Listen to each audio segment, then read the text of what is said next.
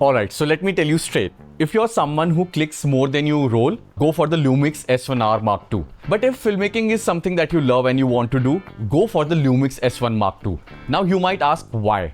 Why not just one camera for everything? Let me break it down for you, and trust me, it'll all make sense. We tested this camera across diverse places from Adiyogi in Coimbatore, Munnar, Mussoorie, Daman, Puri in Odisha, literally the length and breadth of India, and also did a music video in Dehradun, and that too in anamorphic. You might ask why? Because we wanted to see how it hold up in real world conditions, fast, slow, still, moving, bright, dark, the way actual creators will use this camera. Hello everyone, welcome back to our YouTube channel. My name is Lakshya Khanduri, and on this channel we review, share our thoughts about cameras, tech, and everything that is around filmmaking and life. Okay, let's start with the Lumix S1 Mark II. This camera right here might just be the most balanced hybrid tool I've used so far. The new 24.1 megapixel partially stacked sensor is fast, sharp, and responsive. Rolling shutter almost gone. You know what's funny? It actually looks sharper than the S1R Mark II. But if you want that softer filmic vibe, you can always tone it down in post. Now, I was in love with the Lumix S1H for certain stuff because it's OLPF, which is called low pass filter. But I've got to admit, the S1 Mark II, it's a beast in itself. And honestly, it just makes me wonder what kind of monster the S1H Mark II is going to be, But now you guys are probably wondering, how the S1 Mark II performs when you hit that record button. So here's the part that blew my mind. The Lumix S1 Mark II can shoot 50 and 60 FPS in open gate. Open gate, bro. We've been waiting for this for so long. Thanks a lot, Lumix. If you shoot anamorphic like we do, you know how big this is. Slow motion in open gate is unreal. Some of the shots look like they came out of a 65mm camera, and I'm not joking. And it also supports ARRI Log C3, which means the footage looks majorly close to an ARRI Alexa LF.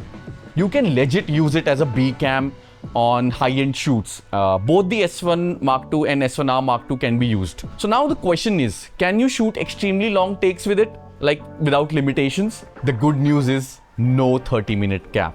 You can keep rolling, and I love this. And it even has internal ProRes RAW recording. You also get 100 and 120 FPS in 4K. That actually looks clean. I shot a few things with it and was genuinely impressed. So now, what if you don't like carrying a gimbal everywhere?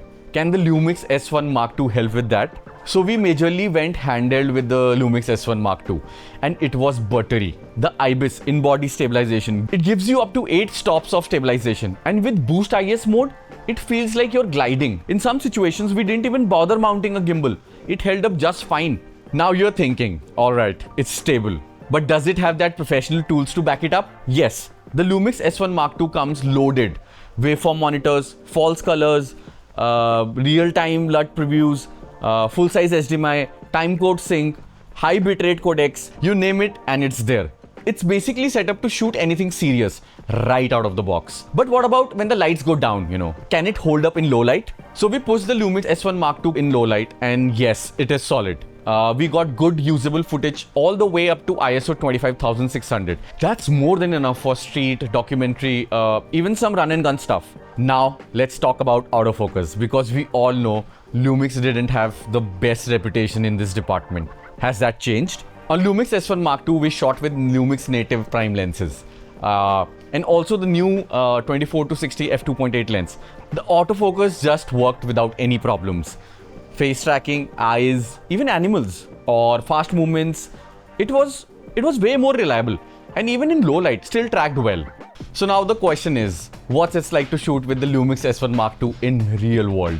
This is where the Lumix S1 Mark II really shines for the hybrid creators. The physical mode dial to jump between video, photo, and SNQ, which is slow and quick, in my opinion, it's underrated.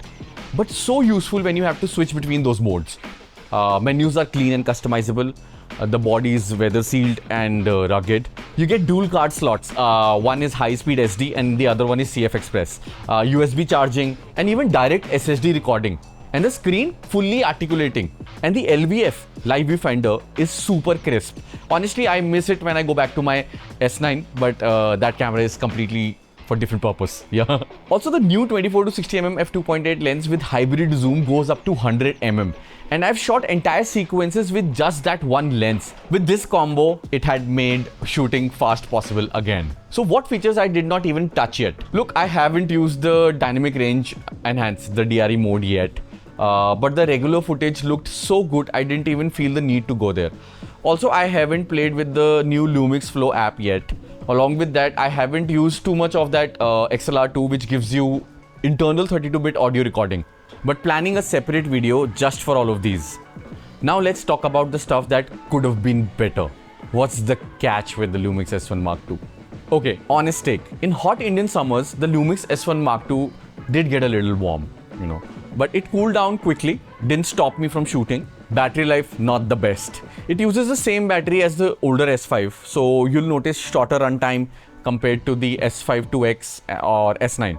That said, considering how much this camera does, these things feel manageable, Now let's talk about the Lumix S1R Mark II. What's that made for? If stills are your thing, the Lumix S1R Mark II is the camera you should go for. It has 44.3 megapixel sensor, so you get insane detail and the freedom to crop, reframe, punch in without losing clarity and sharpness. But yeah, it does have a little bit more of that rolling shutter, than the Lumix S1 Mark II. And while it offers 8K video, I've never really needed more than 6K to be honest. It can shoot video well, but if your priority is video, you'll feel difference between both of them. So which one makes sense for you? Let's figure it out. So here's the question that you need to ask yourself. What matters more to you? Resolution or versatility?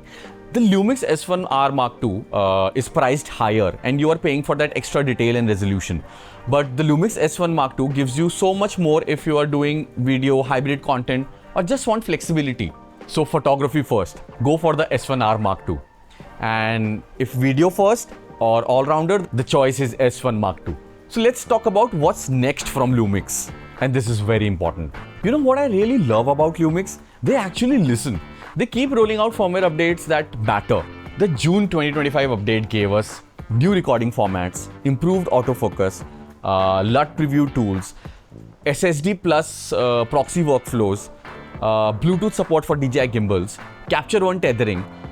They are here and building for the long run. And that's why investing in Lumix feels really safe. And what about the lens system? The L-mount system keeps growing. More lenses, native and third-party, are being added constantly. So whether you are into indie filmmaking, professional filmmaking, fashion, docu, street, studio, whatever, both the Lumix S1 Mark II and S1R Mark II are future-proof. So now let's wrap it up for you. Here's the simplest way to decide.